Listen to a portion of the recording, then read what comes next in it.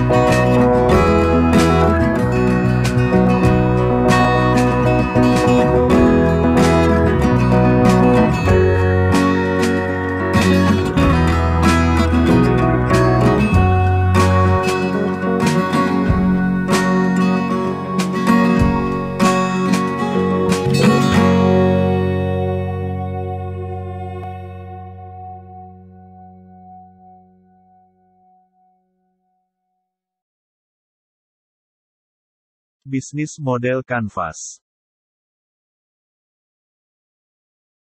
merupakan susunan 9 balok, atau 9 elemen strategi, dengan masing-masing elemen strategi memiliki nilai, dan saling terkait satu sama yang lain, susunan sebagai berikut. Customer segmentation. Customer relationship. Channel. Value proposition.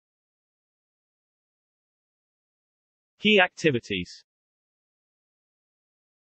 Key resources. Key partnership. Cost structure. Revenue stream.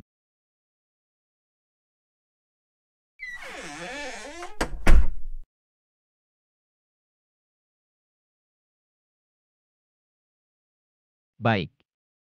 Kami mulai dengan segmentasi pelanggan dan seterusnya. Pada segmentasi pelanggan, kelompokkan siapa saja pelanggan yang akan menggunakan produk dan layanan Anda, dapat berupa kelompok umur, dapat berupa kelompok gender, dapat berupa kelompok hobi. Untuk lebih mudah memahami, sebaiknya dibuat matriks, misal, seperti contoh berikut. Semakin detail susunan matriks semakin bagus, karena semakin memberikan informasi pasar dan pelanggan serta semakin mudah dalam pengembangan pasar. Beberapa hal yang harus diperhatikan dalam menyusun segmentasi pelanggan, sebagai berikut: pekerjaan, customer jobs, hal apa harapan pelanggan, masalah yang dihadapi, hal apa kebutuhan pelanggan, dan bagaimana produk Anda sebagai pilihan pelanggan, keuntungan, customer gain, keuntungan apa yang dirasakan pelanggan apabila menggunakan produk, hal negatif, customer pain, emosi negatif, hal apa saja yang membuat pelanggan merasa tidak nyaman, gelisah, risiko yang dikhawatirkan. Manfaatkan kecanggihan media sosial elektronik dan internet yang sudah ada untuk mengembangkan saluran sebagai alat komunikasi antara bisnis dan pelanggan. Saluran ini sangat penting fungsinya sebagai alat promosi produk, pemberitahuan adanya program marketing, pemberitahuan akan terselenggara pameran produk, pemberitahuan tentang produk baru, pemberitahuan lokasi dari cabang perusahaan, berikan ruang kepada pelanggan untuk memberikan respon positif tentang produk dan layanan yang Anda miliki. Apabila segmentasi pelanggan dan saluran sudah tersusun, kini saatnya menentukan model komunikasi yang baik dengan pelanggan. Ada baiknya apabila dibuat kategori pelanggan. Jadi cara memberikan program marketing berdasarkan kategori yang sudah tersusun, misalkan program marketing 001 diberikan kepada kategori A01, program marketing 002 diberikan kepada kategori B01, dan seterusnya. Tujuan menjaga hubungan baik dengan pelanggan, agar pelanggan tidak berpaling kepada kompetitor dan membangun kesetiaan pelanggan pada produk dan jasa yang Anda miliki. Proposisi nilai pelanggan di sini untuk menguraikan nilai-nilai apa saja yang ditawarkan kepada segmentasi pelanggan. Apa keunggulan produk dan jasa Anda apabila digunakan oleh pelanggan? Manfaat apa saja yang diperoleh pelanggan setelah pelanggan menggunakan produk dan jasa Anda? Berikan pandangan mengapa pelanggan harus memilih produk dan jasa Anda. Ada 11 proposisi nilai menurut Alexander Osterwalder dan Yaspik Neur. 1.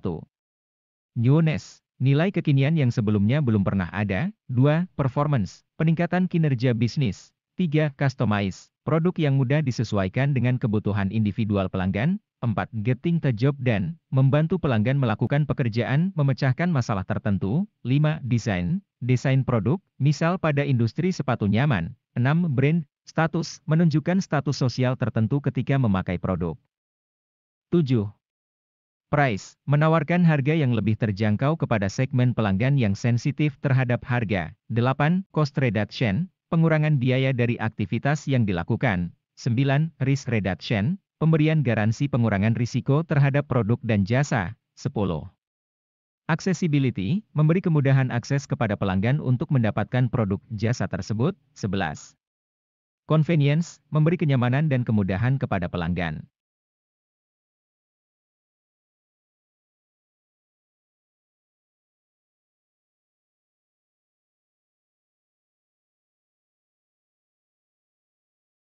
Sampaikan semua kegiatan yang terkait bisnis dengan detail dan akurat.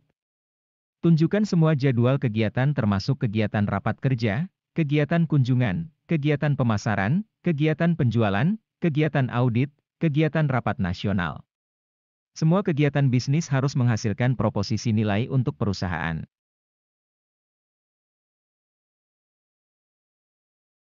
Rencanakan dan wujudkan sumber daya dengan efektif dan efisien, guna mencukupi dukungan kegiatan bisnis agar tetap kompetitif, serta memiliki daya saing yang sehat.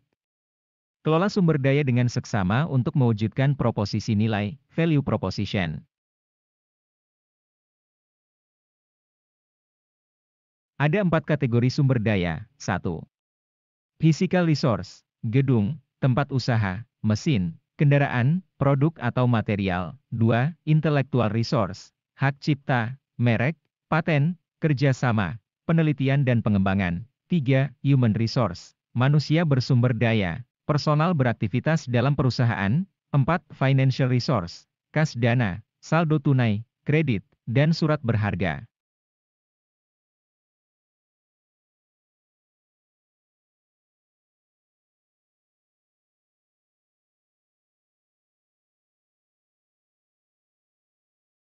Buatkan daftar dan kelola dengan baik semua sumber daya yang berasal dari luar perusahaan. Beberapa perusahaan yang sudah terjalin kerjasama, masukkan dalam beberapa kategori usaha agar mudah pemantauannya dalam kerjasama yang sudah ditentukan sebelumnya.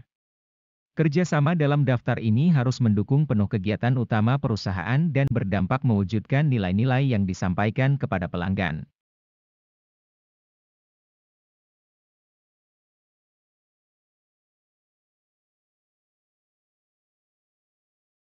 Petakan semua biaya yang digunakan dengan operasional perusahaan atau bisnis dengan jujur, transparan. Semua biaya yang digunakan harus bersesuaian dengan proposisi nilai, value proposition. Buat pembukuan dengan rapih dan disiplin, susun semua bentuk laporan keuangan, lakukan koreksi dan penelusuran apabila diketemukan kejanggalan, buat jadwal kegiatan audit keuangan yang dilakukan auditor luar perusahaan, tanggapi semua temuan dan pendapat dari auditor, buat perbaikan sesuai dengan saran auditor.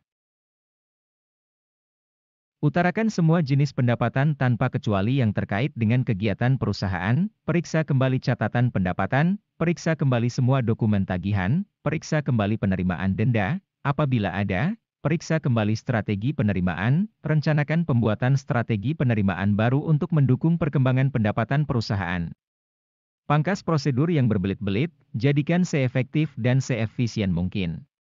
Buat proyek perbaikan yang terkait dengan pendapatan perusahaan, NB, disarankan menggunakan metode proses blueprint, business strategic project yang sudah pernah disampaikan beberapa waktu lalu.